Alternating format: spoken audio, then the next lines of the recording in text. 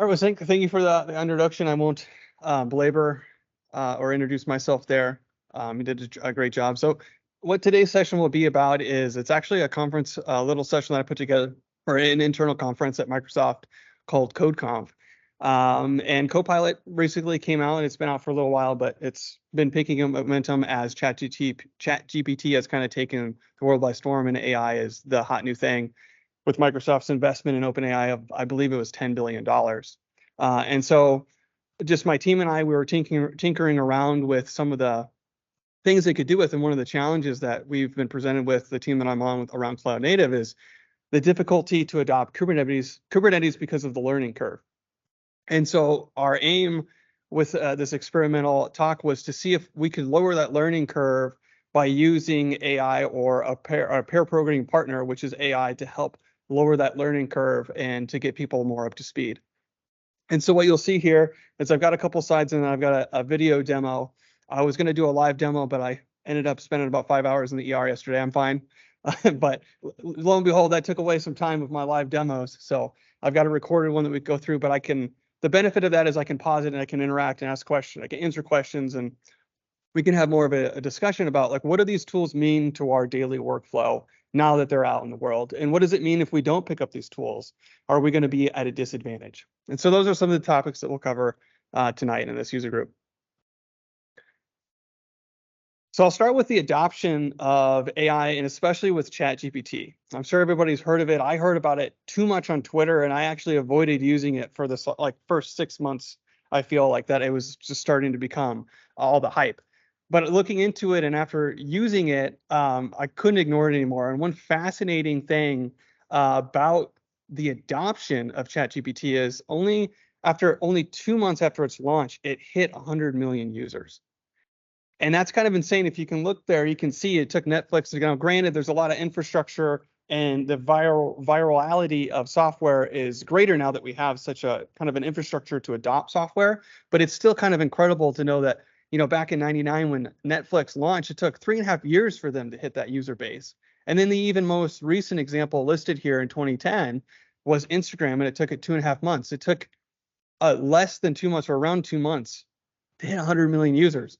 And you can kind of see that over and over again with all these AI tools that are popping up. If you look at their stars on GitHub, their adoption is just insane. So a good example, there's one called Auto GPT, which is around automating tasks, like cognitive tasks and so forth that you do, something you might do a micro for.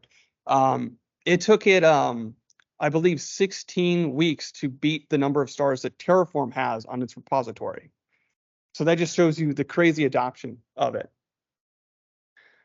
And so it begs to ask the question, why do these tools become so popular so quickly? And the answer is relatively simple. The answer is they're useful and they make you more productive. They save you time, but most importantly, perhaps, is they're changing the way that people interact with the internet. There's this new abstraction on top of all this information that we've put out into the world that allows us to interact in a much quicker manner. So there's this nice LinkedIn article that I think captures a good mindset, which is AI itself isn't going to replace the human workers. There's a lot of fear around, will AI replace jobs, and will we not need to code anymore? What does this mean? And I think this is probably the most accurate part of it, which is these tools are going to augment and enhance human capabilities, but people that don't adopt them are going to be at a disadvantage, just like people that don't use a forklift to lift up things are going to be at a disadvantage. And not to say that it's perfect for every situation, but we're in this kind of pivotal point in the industry where there's going to be a huge shift again, kind of like cloud computing. I mean, Satya, the CTO of Microsoft, said that this AI wave that's coming, that's kind of here, that we're going to experience over the next 5 years or decade, is going to be as disruptive as the personal computer was when it was introduced into the world. And so there's kind of just a little motivation that I had personally to look into these tools and to see how they fit into my domain and my workflow. Because it's easy to kind of write them off like maybe it's not in my industry yet or anything like that. But I think it's going to be bolted on to pretty much any piece of software in the near future. So with that, I want to kind of briefly introduce you to Copilot if you haven't used it at all, if you haven't heard about it. So GitHub Copilot is an extension inside of VS Code, and it's kind of marketed as the AI pair programmer, and it acts very much like that. If you've used it at all in your code base, you'll notice that it will start to fill in things for you. You can kind of prompt it with comments to generate code for you. And once you have kind of an elaborate code base up, it'll actually start to, as I've been writing some Go code or Golang code, it'll actually accurately predict new methods of a particular function. So new methods or functions inside of a code base. One neat thing that it started to do was to predict the new names for methods inside of a helper library that I didn't even have opened. It was just a part of the open source project. And so through just using Copilot, I was able to more effectively navigate that code base had I just been browsing around it manually. So some of the benefits of it, or some of the capabilities rather, are to be able to convert those comments into code that I mentioned. One of my favorite one is it's IntelliSense on steroids, where you can autofill repetitive code. It suggests tests as well, so that's another good use case, is you can kind of automate the tests that you've written. You've already taken the time to do the work and write the code. It's kind of painful to go in and write all those test cases, and Copilot's a good example, or a good way to kind of generate at least the boilerplate of those tests. And also to just show alternative ways to do things. It's trained on a massive data set. I think the Python portion of it, I think it was 1.6 gigs of just Python code used to fine tune the Python the Python suggestions that it gives you. One thing that's interesting about Copilot from kind of the marketing sides is 40% of new code, once it was enabled, was written by Copilot. So when you enable it, 40% of the code that you end up producing, when they did this first initial study with developers, is 40% of that was actually just tab completed from Copilot. 75% of the developers that were in that study felt that they were more fulfilled. And the one thing that you'll notice as you start to use these tools is it reduces the friction of having to go and find something. If you forgot how to do a particular piece of syntax, it helps you to do that. So it will increase your rate of staying in a flow state because you're not going and shifting contexts. And then 87% of developers said that it helped preserve mental effort because they're not having to do those kind of tedious tasks like the autofill would complete. An example of that would be, say you had a particular value stored in one portion of the code and you wanted to reuse that, maybe it's a variable, it would be able to accurately guess that variable and you want to type out all of that stuff. So me personally, I wanted to go beyond what the promotion slide said. So this is kind of what GitHub on GitHub's site says in their study.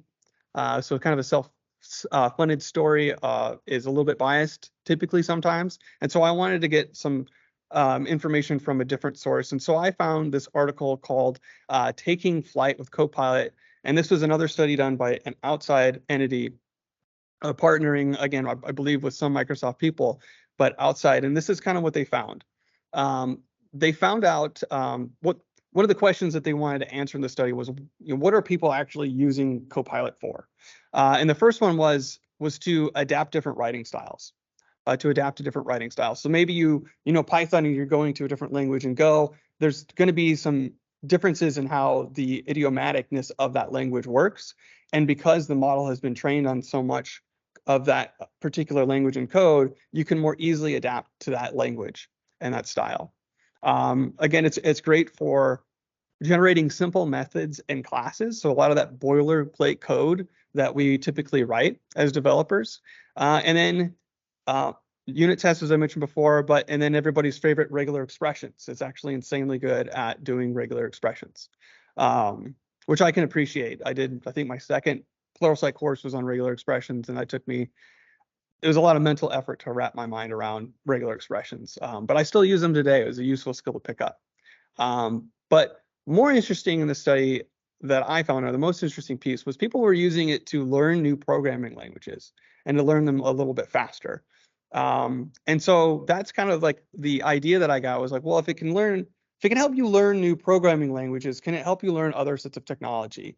Is the data or are the models trained enough to be able to help with some of the other stuff that I use, other tools that I use, like Kubernetes or Terraform? Does it have enough data on those to be able to help lower that learning curve? And so that's kind of what the demo that I have here for you today. What we'll walk through in this demo is writing Kubernetes manifests for the notorious Azure voting app. So it's a very simple web application that presents some choices and then stores those choices in a database that you can tear down the containers. It's a good way to test deploying to Kubernetes because you have a front end app and you have a back end, so you have two containers that run and interact with each other. And we'll write all those manifests using Copilot, and then it'll be deployed to AKS. Let me switch over to the demo. Looks like it's still on the slide.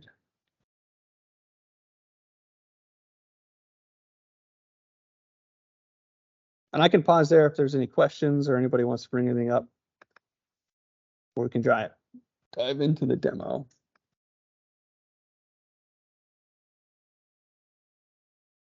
Yep. Yes. Yep.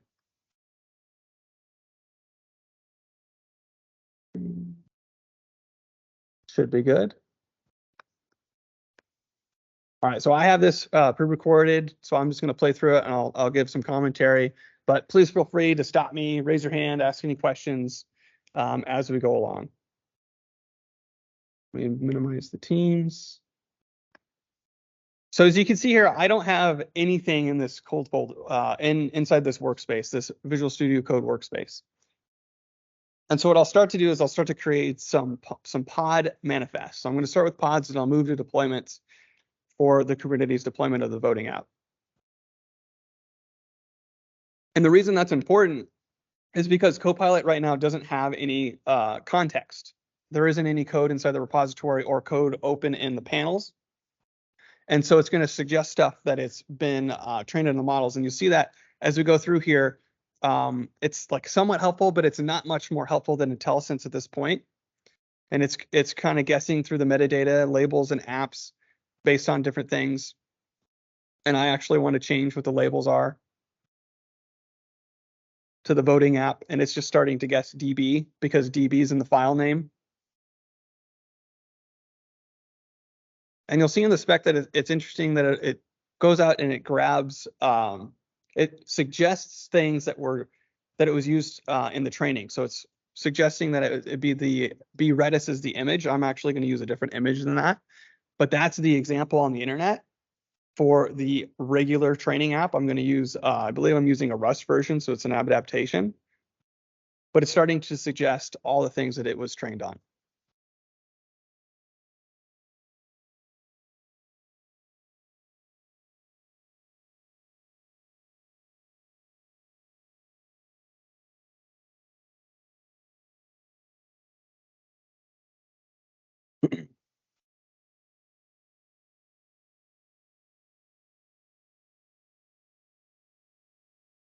What's pretty cool to note, though, is it is aware of where you are in your manifest, and it's suggesting accurate properties as I go down.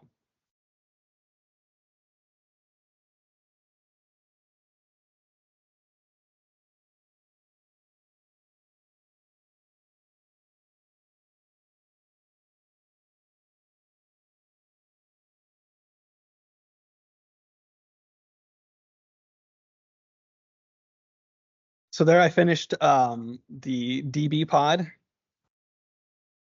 which I believe deploys a Postgres database. And so I'm just going to check to make sure that I can, well, actually, I need to get the IP address from the pod because while I'm using a deployment, I'm not using a service. So the app is going to need that IP address to be able to connect to it and communicate and to store its records in the Postgres database.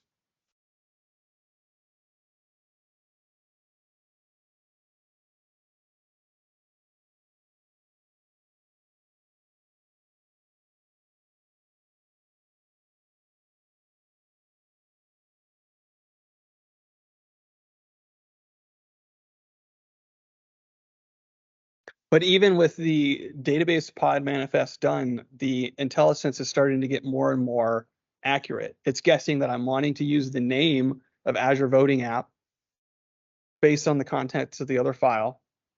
And then here you can see that you can, I'll pause it here for a second, but you can toggle, I believe it's on Mac, it's Command and then the square brackets.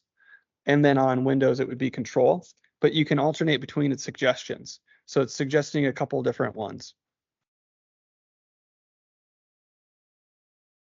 So the first one is the one on the Microsoft site, and the other one I believe is a different container. So it's suggesting alternative container images for the voting app because more than one exist, plenty exist.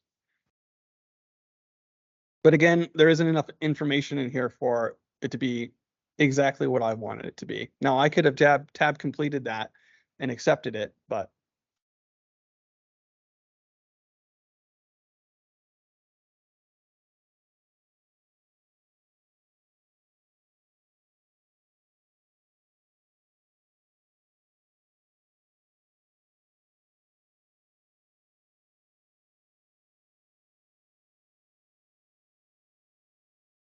so I'm going to get the IP address for the database server. So that way the voting app has the IP address to it, so it can connect and store its records.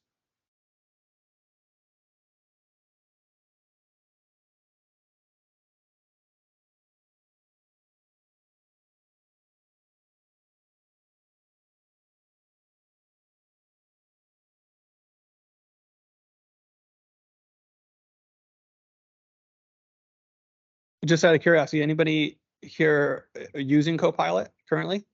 Yeah, couple.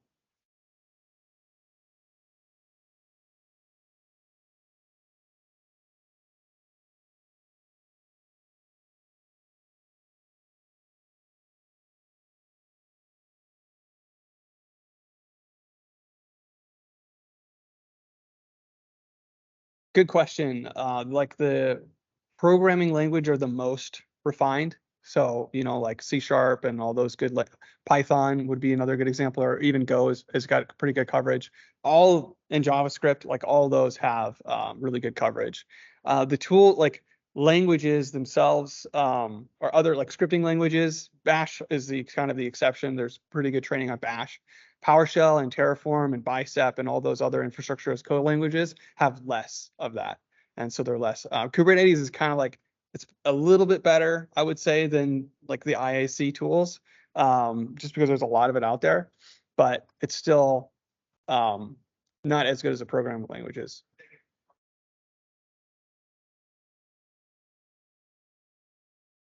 Yeah, and so, yeah, it depends. And I think for Copilot X, which is the next version, and so here I'm just testing to make sure the voting app works. But in the next version, they're actually changing the model that's using GPT-4 instead of the custom model that they fine-tuned.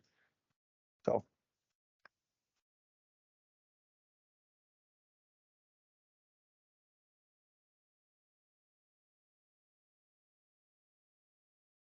I have found though, what we'll see as this progresses on, even if the model itself wasn't super fine-tuned for that particular thing, the context that it has inside your repo and the open files that you have do help it a lot into guessing and to improving the suggestions that it gives you. So now I've got a pod deployment going and it works. So I'm going to switch from a pod deployment to an actual deployment in Kubernetes. But now that I have all that context of the pod, you'll see that it's getting increasingly better at guessing and giving me more accurate suggestions from the values that I provided in the pods. So just because there's more context now, this is how, without fine tuning, you can help improve the suggestions. So that was one of the findings we had. So you can see now at this point, I can just start typing and tab complete. I'm not having to suggest some and then delete like the value of whatever property it is.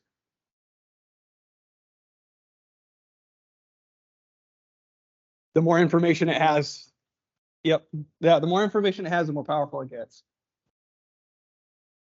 And now it's, if you look at this, it just accurately predicted the entire spec based on the pod.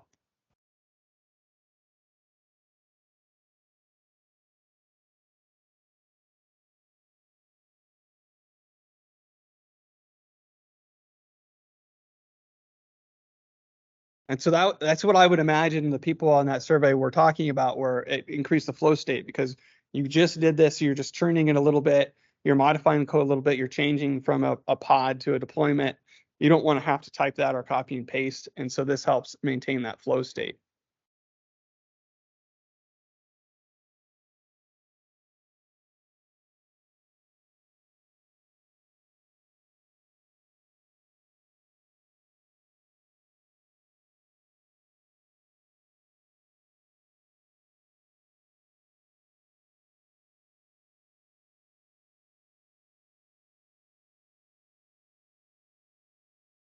So again, I'm not using services. So even though it's a deployment, I'm going to have to deploy the database pod and then get the IP address from the pod that deployment started. So that way I can connect to it.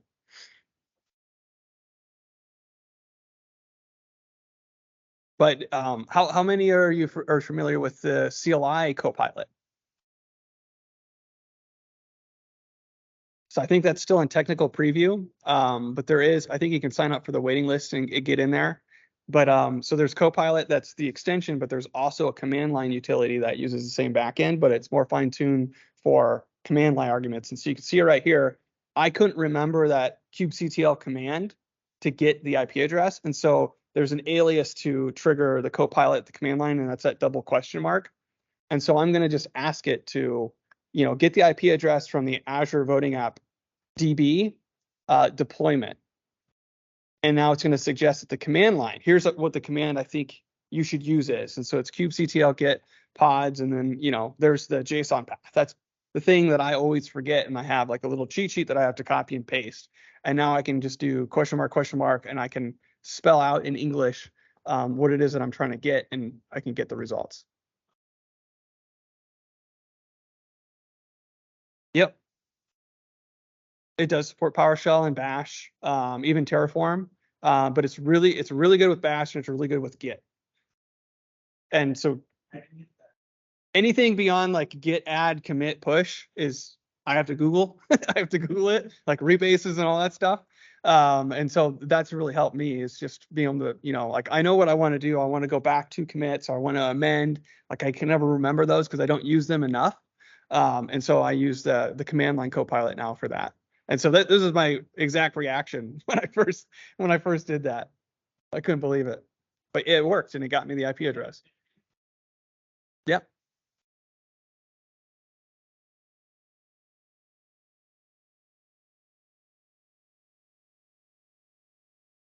It's really cool when you start to use the prompts, which I think is the next thing that I show here, and it'll start to suggest things like, oh, I didn't know you could do that. So I was trying to like create because my background, most of my programming has been with PowerShell, and I've recently switched to Golang. And I was like, how do I do like a for each loop? Because there's only a for loop in Go, and the for is used for everything.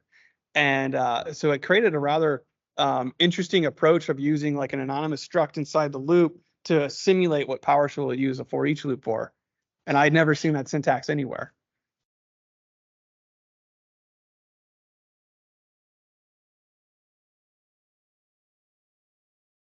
I think I was talking over it. Let's go back just a second to here. So what I needed to do was to add in the database. Did I miss that one? I think we'll keep going. I think that's in the next portion.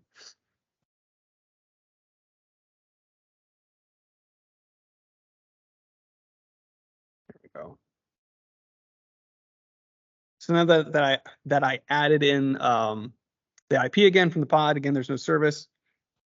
I'm going to port forward so I can test the app and just make sure that my manifests are working for the deployment. And I think the next thing I do is add services.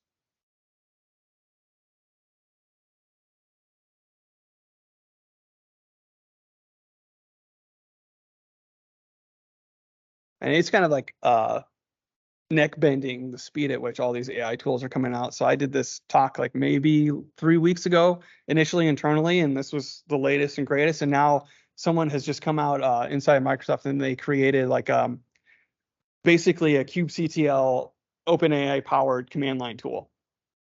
So it's kubectl, but fully integrated with the OpenAI service. and then fine tune for Kubernetes.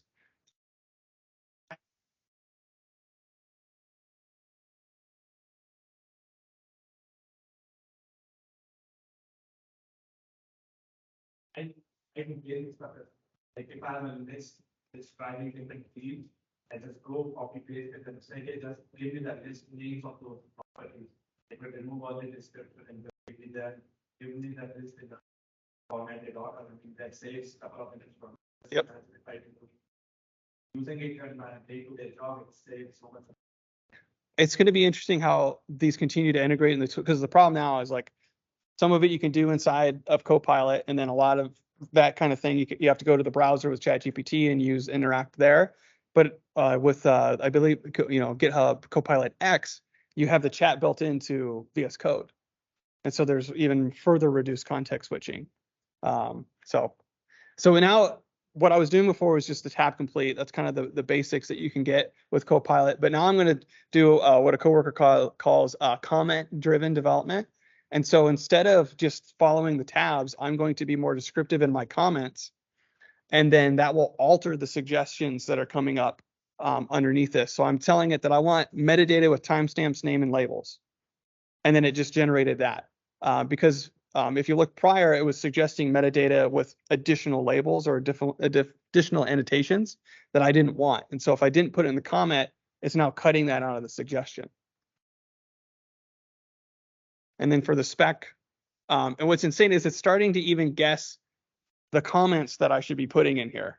And for the most part, like it's accurate. I just want to add in what port it is. That's why it's. Yep. Yeah, this is the moment where it goes beyond the basic intelligence. Yep, absolutely. Because now I can manipulate what it's going to suggest to me.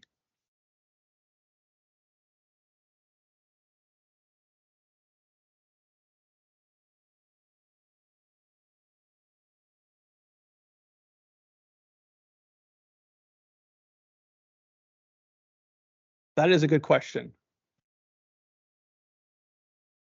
I think there's some limitations on like if it's a public GitHub repository, but if it's private, it's different.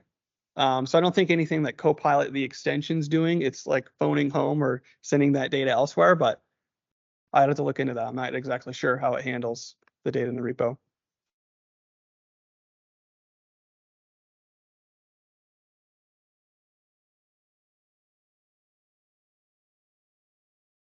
And what's cool is it will, you notice in that last sentence I said empty. I didn't just give it the 2 square brackets or curly braces, I mean. I just said empty, and it knew, it translated empty to the curly braces.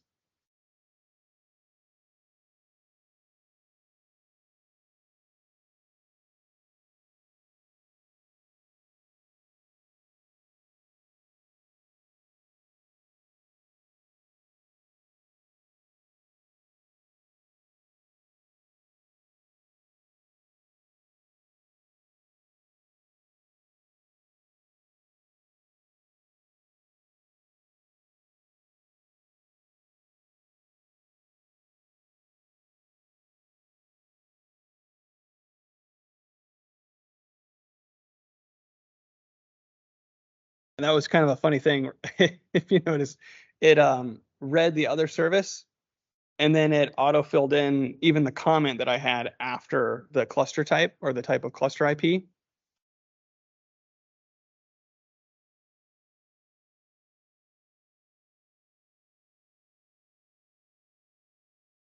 Yeah, a vast majority of the development teams, especially the ones that are more public facing, have it enabled. Be curious.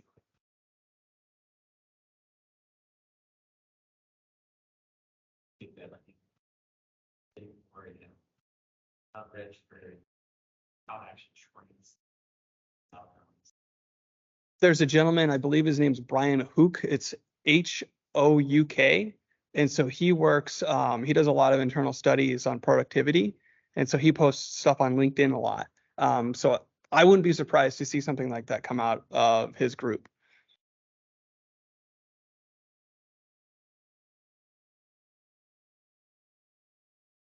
Mhm.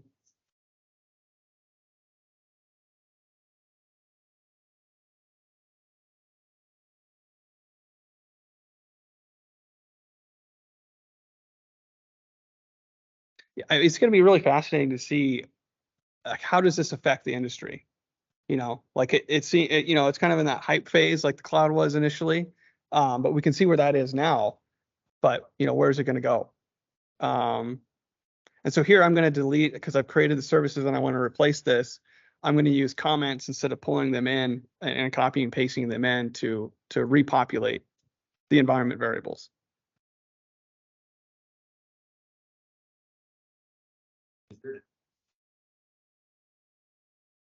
I think just Visual Studio Code, but there is what other IDEs does it integrate with? I know NeoVim is one. And then I think JetBrains, but I don't know if Visual Studio has it. It is, yeah, for a certain, isn't it for a certain number of hours or something like that?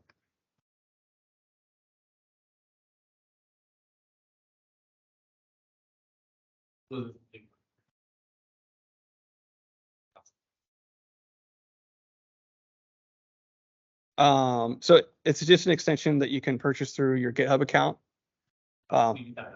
Yep, GitHub account. So there's personal, professional, or there's personal and then organizational wide purchases that you can do. So I think it's just a monthly. If you wanted like the full thing, it's only a month. It's a monthly fee for Copilot.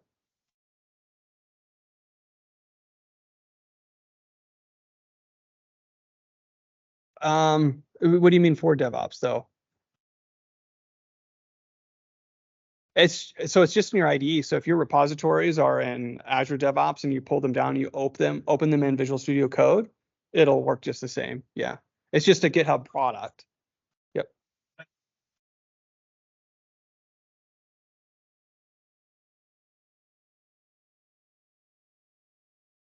Code spaces. Code spaces is just like if you ever use dev containers. So that's dev containers hosted by GitHub in the cloud. And so through that is just a hosted, like a web hosted Visual Studio or a VS Code. So then the extension can go in the code space. But come again? Yep. Yeah, if you have VS Code, it's just an extension that you install. Yeah. Yeah.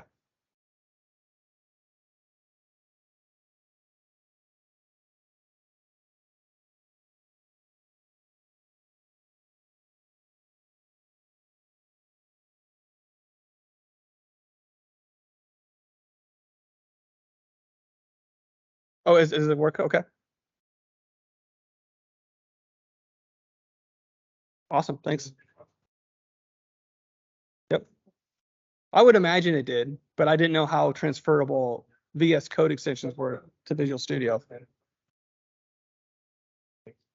Mhm.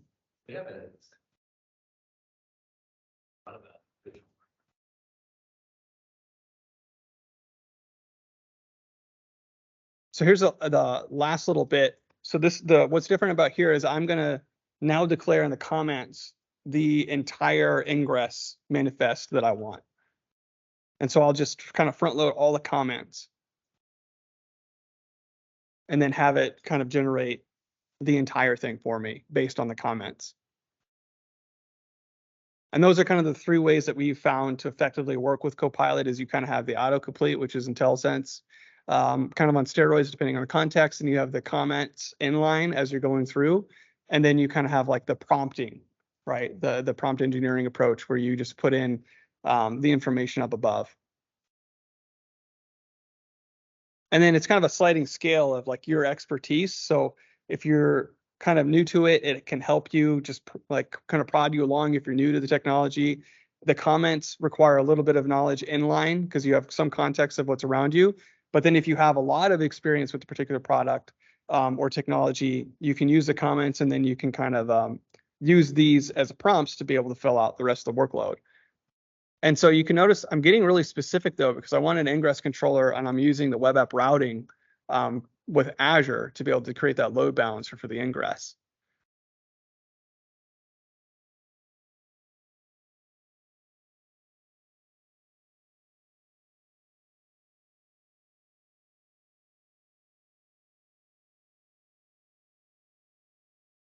Yeah, but the more information and the more knowledge you have, the better you can make your prompts. Yep.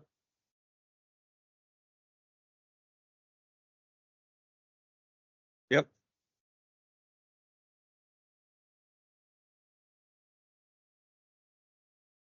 And so from just those, like, I think it was 5 lines of code, I was able, or from comments, I was able to guess it was able to guess the entire ingress.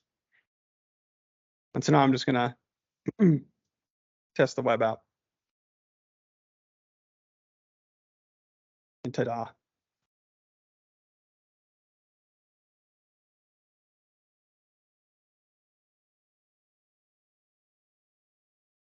So I was a Metal Gear Solid fan, so I had to throw that in there. But that's the end of the demo.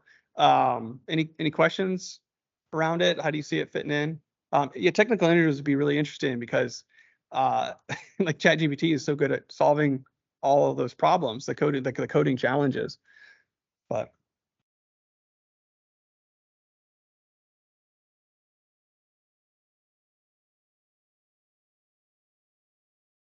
mhm,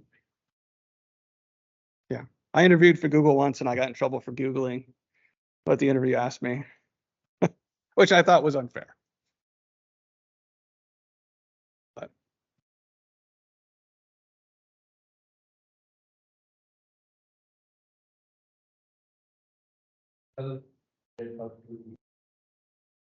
come again? The company who developed ChatGPT, they work with GitHub. Yep. Yeah, that Copilot X that I was mentioning, they're doing a whole new model for what Copilot's going to use. Right now, there's a custom model that they've trained for what I showed you, but that new one that has like the integrated chat will have a completely different model that they've been working with OpenAI for. Yep.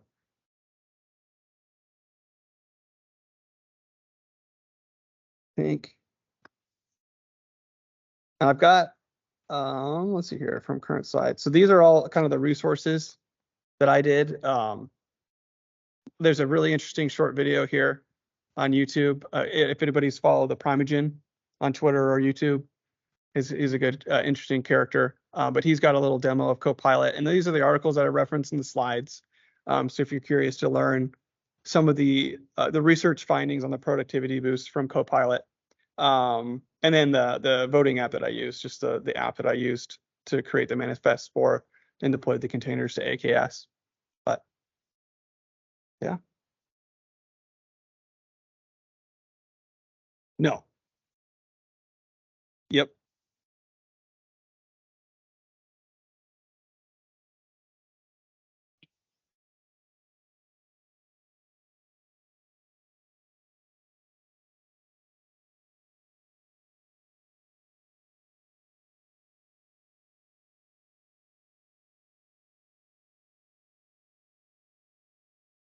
What was it?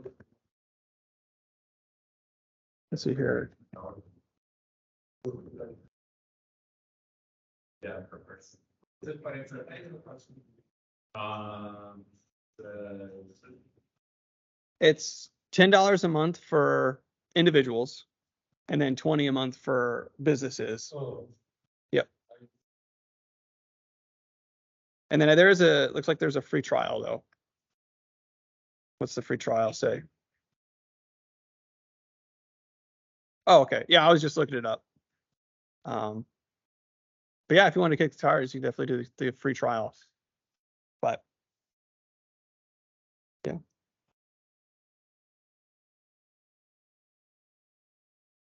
there is a waiting list for it. Yeah, I've been waiting. Yeah, it's really weird how it's hit and miss. You know, you'd think being inside, but it's you know, a lot of times the customers that are more engaged with the team that's developing it has first dibs beyond anybody internal. So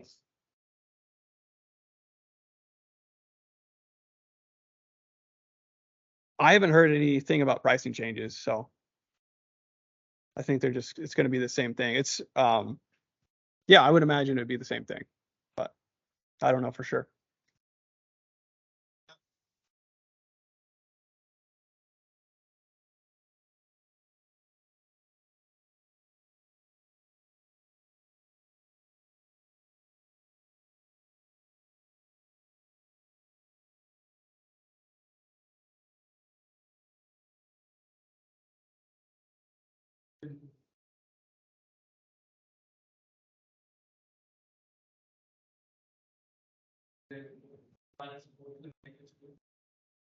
One thing that was we were actually debugging the command line Copilot for Windows. The install script didn't work, and it was because they had only written in Bash. And so we kind of did a huddle, my team, and we were working through writing it.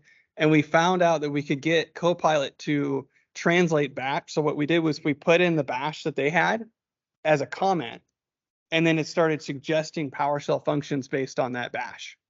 And so it's really one of the more useful things that I've had with Copilot is just in translating from one thing to another. So whether it be Bicep to Terraform or Terraform back or AZCLI even to Terraform, I've been using that, and that's worked really well. And then the other big one for me is the comments, where I've just forgotten, like, how do I create a variable with the Terraform, right? And then add this, or I just forget some kind of a little syntax and I write the comment and it'll generate for me.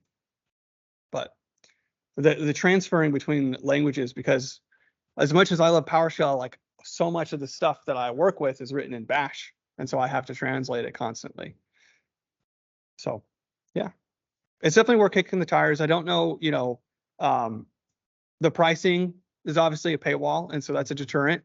But I think the big thing that I want everyone to take away with this is start using the AI tools that are coming out, because I think they're going to completely change the industry and how we work. And the better that you can stay on top of that, I think the more relevant in the.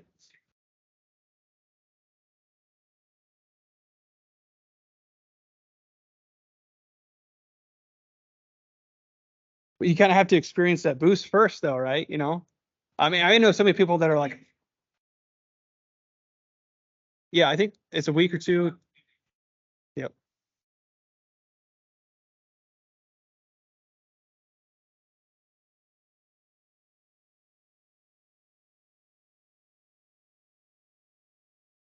Sometimes I'll spend a couple days. I'll spend like a day in just the command line using Vim, just to like realize how much stuff is in my IDE now. That helps me. But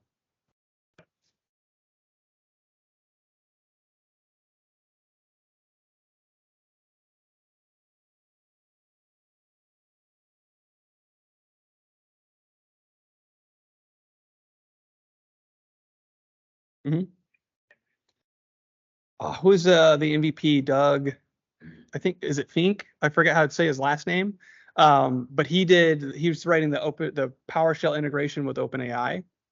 So there's a module for PowerShell that in PowerShell you can start to ask these as a command line, very much like the GitHub Copilot version, but integrate with OpenAI.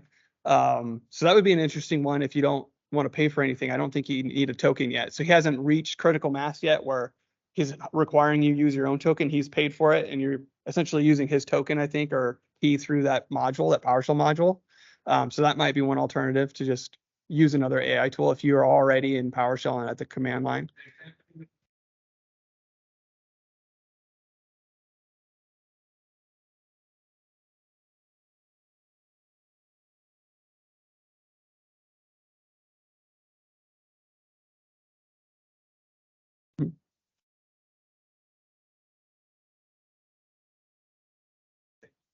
There's one story that I forgot to mention at the beginning, but a lot of the stuff, these tools remind me. So there's a really good book, Range by David Epstein. I think it's the subtitle is Why Generalists Triumph in the Specialized World.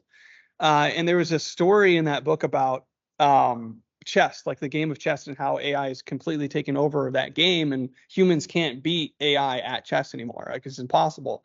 But what's happened is there's this new version of the game that's come out where it's AI paired with a human versus another AI and another human, and how that's changed what the human does in the game.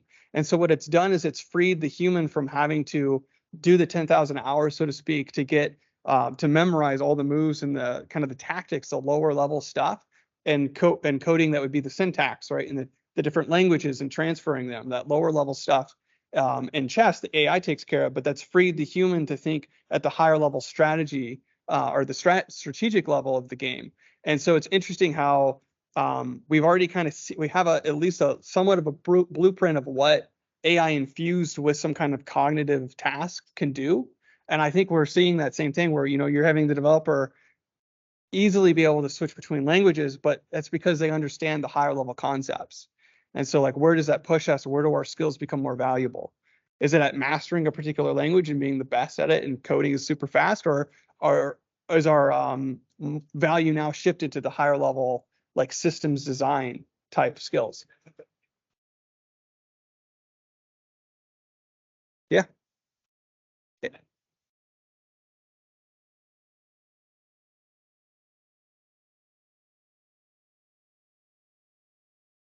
Yeah.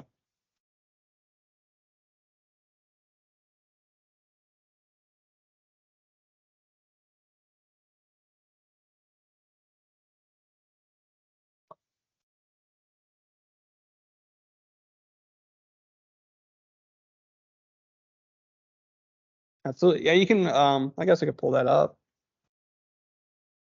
So yeah, if you just search my last name on LinkedIn, you'll be able to find me there. And I don't know if I'm signed in on Twitter on here, but yeah, just at Josh Duffney on Twitter.